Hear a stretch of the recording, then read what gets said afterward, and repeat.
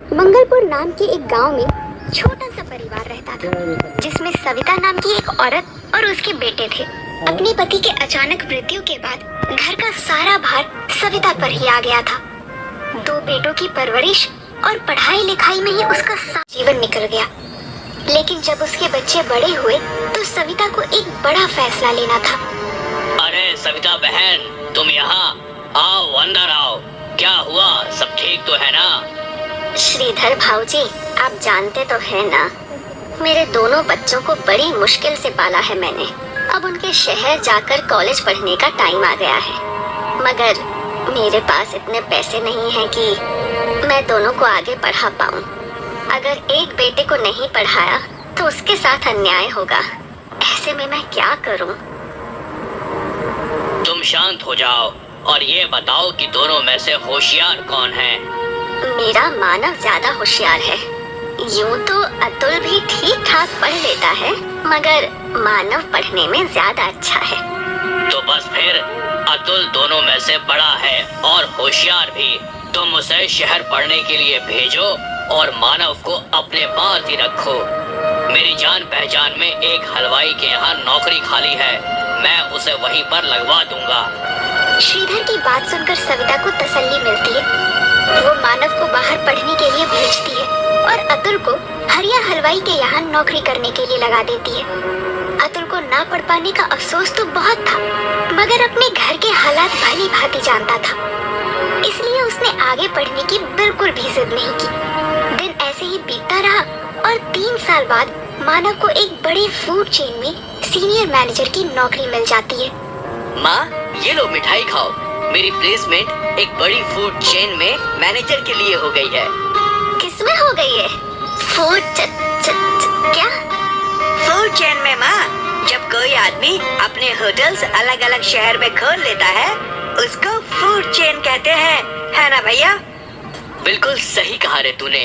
5 star restaurant में माँ बहुत अच्छी तनख्वाह मिलेगी। धीरे धीरे हम सब शहर में ही शिफ्ट हो जाएंगे। थोड़े महीनों में मानव का प्रमोशन जूनियर से सीनियर लेवल पर हो जाता है और वो अतुल और सविता को शहर ले जाता है। माँ, कल मेरे बॉस डिनर के लिए आ रहे हैं। जब मैंने उन्हें बताया कि मैं अपने पूरे परिवार को यहाँ ले आया हूँ तो वो बहुत खुश हुए। अरे वाह, तो बुला ले उन्हें। आखिर हम भी तो मिले तेरे बॉस को। मगर माँ, तुम तो बीमार रहती हो, तो फिर खाना कौन बनाएगा? तुम चिंता मत करो भैया।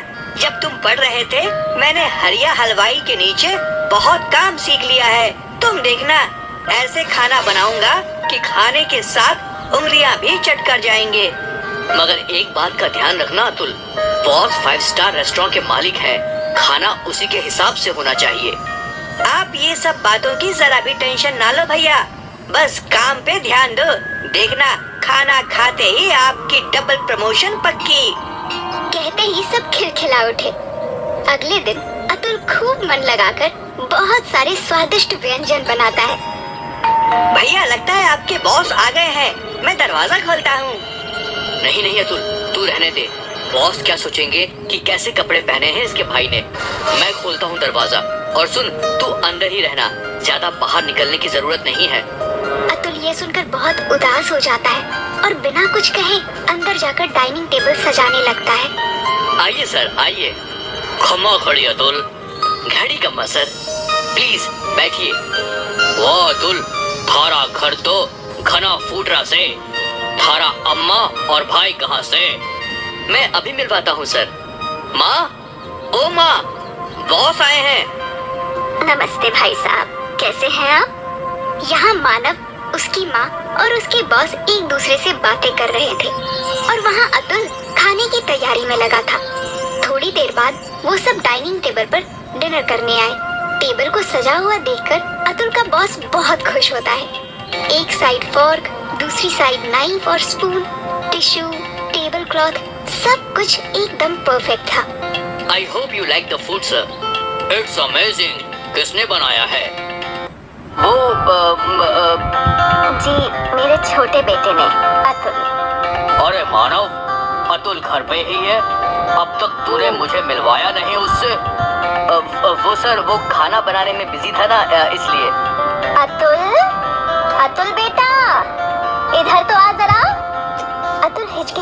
हुआ बाहर आता है। वाह बेटा, खूब चोखा खाना बनाया है थाने तो। कहीं से कुकिंग का कोर्स किया है क्या?